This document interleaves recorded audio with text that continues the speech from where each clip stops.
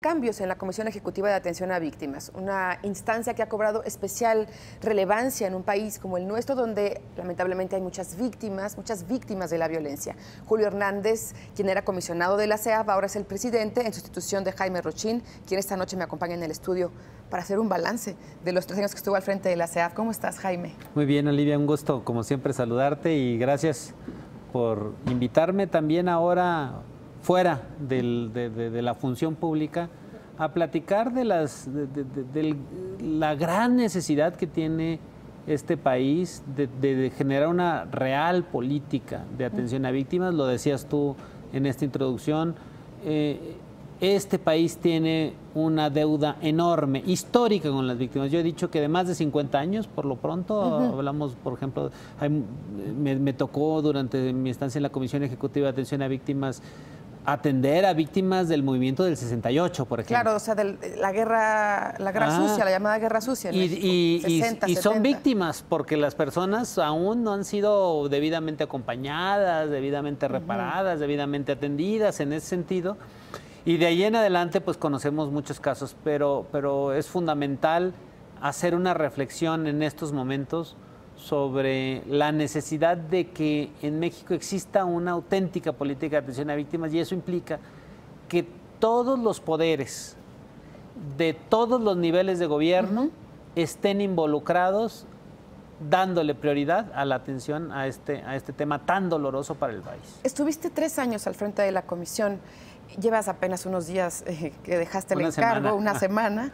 ¿Qué cosas has pensado en estos días? Tú llegaste a decir ya al final de tu función que la Comisión Ejecutiva estaba absolutamente superada por la realidad del país.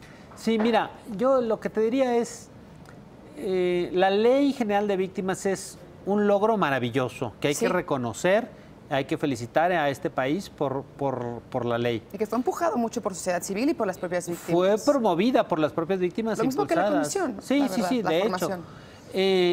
A 3 años de funcionamiento también de la ley, porque la ley se publicó, la reforma, digamos, la ley se publicó en enero del 2013, en mayo se publicó una reforma que la hizo viable, por decirlo de alguna manera, porque tenía algunas deficiencias operativas, y en octubre fuimos designados nosotros, o sea, también tiene 3 años la ley. Sí, todo tiene 3 años. A 3 años de la ley podemos decir que se descubrieron las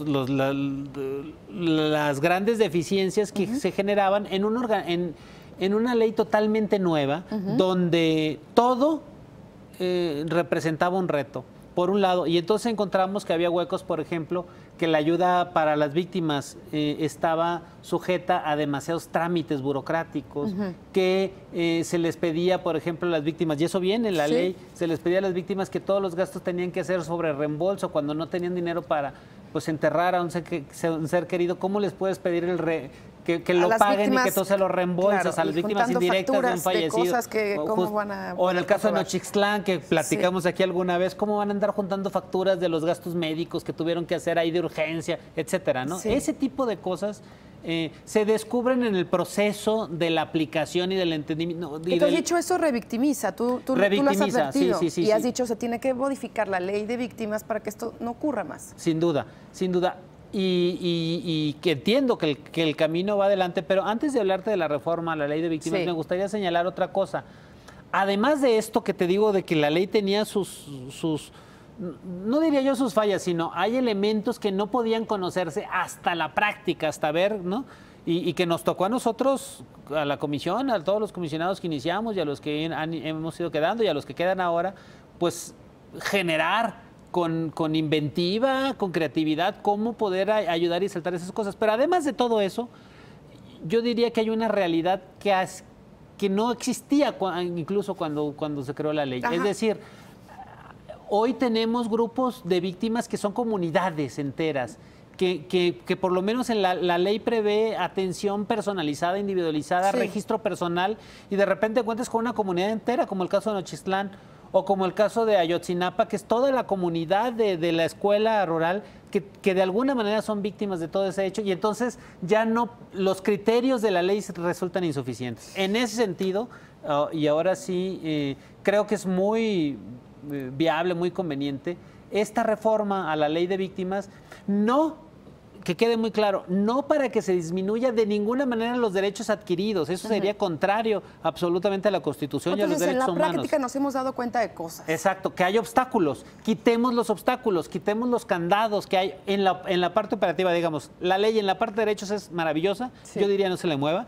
En la parte operativa sí genera algunas dificultades que son fáciles de remover. Generar más facilidad para la utilización del fondo para las víctimas, que está subutilizado, y subutilizado no porque la comisión no haya querido utilizarlo, sino porque no tenía las herramientas para hacerlo.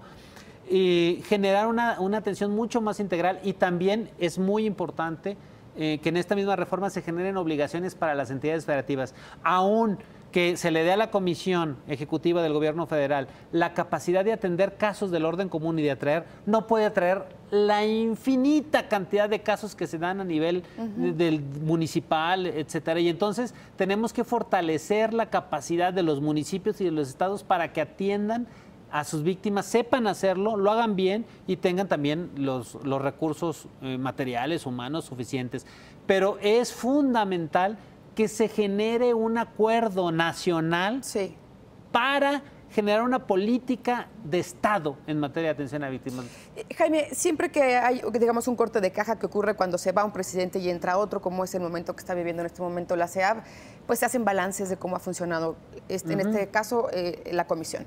Y ha habido críticas de organizaciones no gubernamentales que han dicho tiene que haber un rediseño de la Comisión Ejecutiva. La Comisión Ejecutiva de Atención a Víctimas no ha estado trabajando bien. ¿Tú coincides con algunas de las cosas que se han señalado? Con algunas sí, no con todas. O sea, yo, digamos... El informe del Colmex, por ejemplo, que fue, pues... Ese nosotros lo encargamos. Sí, y yo coincido, con el informe del Colmex coincido mucho. Ese informe, fundamentalmente lo que dice es, hay un problema estructural. Y hay un problema de interpretación. Es decir, además de que estructuralmente está diseñado la comisión y los órganos de atención a víctimas, no solo la comisión, ¿no?, sino todo el sistema nacional de atención a víctimas está diseñado de manera que no es verdaderamente eficaz. Por otro lado, dicen ellos, y eso es un tema muy interesante, debe también tenerse una interpretación mucho más pro persona, proactiva de la función de la comisión. Yo creo que es verdad, creo que son pasos en los que se ha ido avanzando. Recientemente tuve yo, un poquito antes de salir, tuve una reunión con todos los OICs, que se llaman los órganos internos de control, y yo les pedí y decía, exíjanos a todas las instancias mejor atención a las víctimas, y no tanto si estuvimos cumpliendo con el requisito X o Y, ¿no? sino la calidad. Revísenos sobre la calidad de la atención y sugiérannos y corríjanos sobre esos temas. Y lo tomaron muy bien. Ellos insistían en que deberíamos de crear un protocolo que todos los órganos internos de control pudieran seguir. Es decir, sí creo que la experiencia ha sido positiva, sin duda. Creo que deben mejorarse muchas cosas en el sistema de atención a víctimas, y lo primero de ello es reformar la ley y reformar el reglamento. ¿Qué consejo le das a Julio Hernández Barros, que ha sido tu compañero? Habló de los retos que él va a enfrentar ahora que está como presidente de la CEAF, pero tú, en corto, ¿qué consejo le has dado? Mira, yo creo que las etapas pueden ser muy diversas, y los momentos también de atención y de visión también ayudan, incluso la propia variedad y la propia riqueza. Lo que hagan ellos con la experiencia que ahora tienen servirá, sin duda, para darle un aire nuevo y una mejor atención a las víctimas, y yo espero que lo hagan, y si en algún momento requieren alguna opinión, se las daré, pero si no me la piden, no voy a intervenir porque creo que están ejerciendo plenamente sus facultades. Lo que sí creo, nada más, es que independientemente de eso, es urgente una reforma que transforme a la propia comisión, pero que transforme también todo un sistema de atención a víctimas en el país. Jaime Rochín, gracias, qué gusto tenerte. Muchas gracias, Olivia, un gusto saludarte, y como siempre, si me vuelves a invitar, aquí estaré con mucho gusto. Ahí seguiremos. Gracias, Jaime. Con esto nos despedimos. Yo soy Olivia Cerón, gracias por habernos acompañado. Se quedan ahora con Carlos Mota.